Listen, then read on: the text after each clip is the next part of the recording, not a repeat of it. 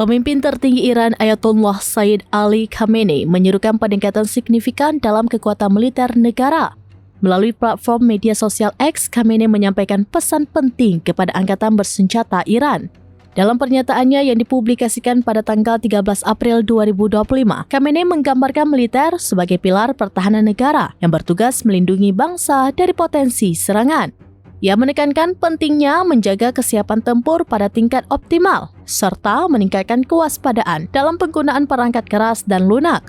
Ini mencakup peningkatan kualitas persenjataan, perbaikan dalam struktur organisasi, dan peningkatan kesejahteraan personel militer.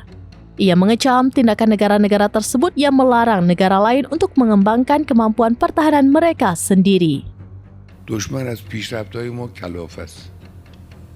عصبی است. خیلی از این جنجال‌هایی که شما میشنوید روی رسانه‌ها و اینهای دشمنان پخش میشه از روی کلافگیه. چاره‌ای ندارن. یه چیزایی رو هم ادعا میکنن که واقعیت نداره. آرزوهای خودشون رو به شکل واقعیت، به شکل خبر مطرح میکنن، در حالی که واقع قضیه غیر از این.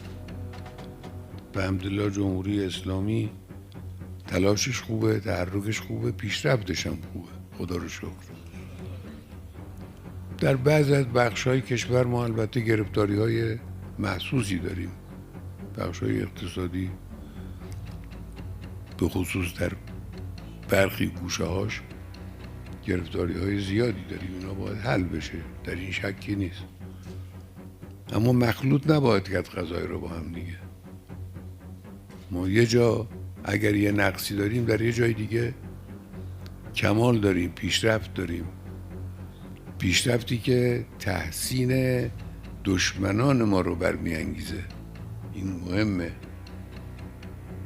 که دشمنان ما هم تحسین میکنن ما رو در بعضی از کارها و القاءاتی دارن، تبلیغاتی دارن. باید در مقابله به اینها